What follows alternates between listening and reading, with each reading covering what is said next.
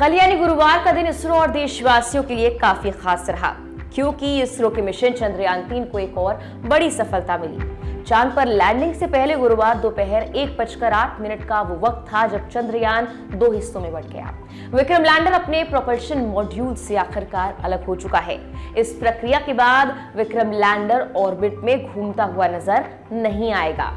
इस घटना के बाद विक्रम लैंडर ने प्रोपल्शन मॉड्यूल का धन्यवाद अदा किया और जानते हैं ये करते हुए उसने क्या कहा? Thanks for the ride mate. इसकी जानकारी इसरो ने अपने ऑफिशियल ट्विटर अकाउंट के जरिए दी है। लेकिन अब आगे क्या? आखिर आज का दिन इसरो के लिए खास क्यों है? इस पूरी प्रक्रिया में अगला स्टेप क्या होने वाला है और कब चंद्रयान-3 को सफलता मिलने की संभावना है? ये सारे सवाल आपके मन में जरूर आ रहे होंगे।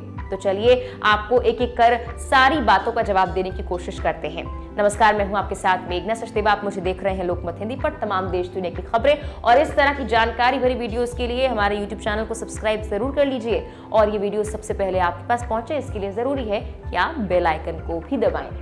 दरअसल इसरो के मुताबिक इस घटना के बाद शुक्रवार शाम यानी आज तक लैंडर को निचली कक्षा में लाया जाएगा। ऐसे में ये भी सवाल है कि आखिर प्रोपल्शन लैंडर और रोवर में कितना अंतर है, ये क्या काम करता है?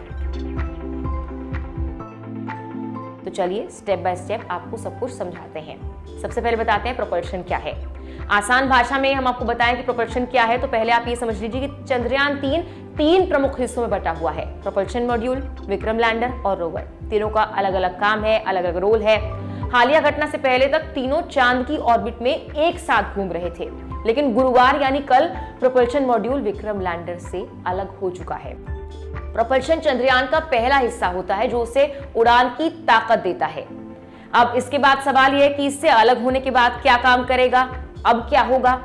दरअसल विक्रम लैंडर और प्रोपल्शन दोनों ही चांद की कक्षा के करीब पहुंच चुके थे। अब अलग होने के बाद प्रोपल्शन मॉड्यूल ने विक्रम लैंडर को चांद की ऑर्बिट में भेज दिया है। यहां से लैंडर चांद की सतह तक का सफर तय करने का काम करेगा। सब कुछ योजना के मुताबिक होता है और अगर ऐसा सब कुछ होने के बाद सफलतापूर्वक 23 अगस्त को इसकी सॉफ्ट लैंडिंग होगी तो ये बहुत बड़ी बात होगी। विक्रम लैंडर का रोल बहुत अहम है क्योंकि इसके पास रोवर को चांद पर उतारने की जिम्मेदारी है। इसके लिए पहले इसे चांद की सतह पर खुद उतरना होगा। लैंडिंग से पहले ये चांद की सतह का चयन करता है कि कहां पर उतारा जाएगा रोवर। चांद पर उतरने से पहले इसकी स्पीड धीरे धीरे कम होगी। स्पीड कम करते हुए इसकी सॉफ्ट लैंडिंग होगी। चंद्रयान-2 के इसी स्टेप में गड़बड़ी होने पर सफलता नहीं मिल पाई थी।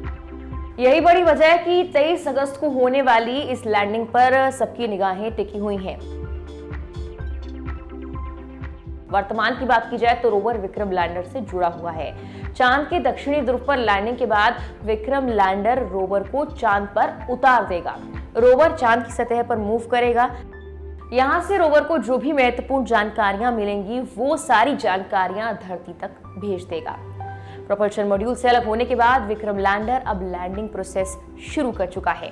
चांद की ऑर्बिट में हॉरिजॉन्टल घूम रहा विक्रम लैंडर अब वर्टिकल होगा और धीरे धीरे इसकी चांद की सतह से दूरी की जाएगी। इसका पहला पड़ाव 18 अगस्त यानी आज होगा और दूसरी बार ये 20 अगस्त को डी ऑर्बिट होगा, यानी कि चांद की सतह के और नजदीक लाया जाएगा।